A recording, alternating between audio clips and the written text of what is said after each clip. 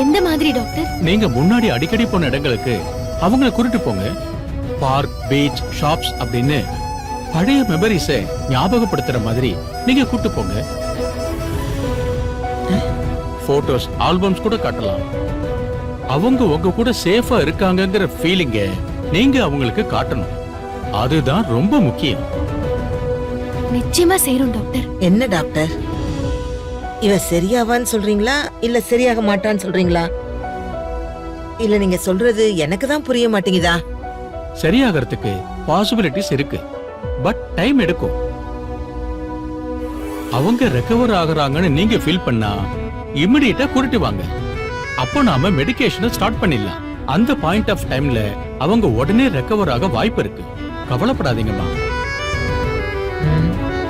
நான் ஏன் கவலைப்பட போறேன்? இவ குணமானாதான் எனக்கு கவலை.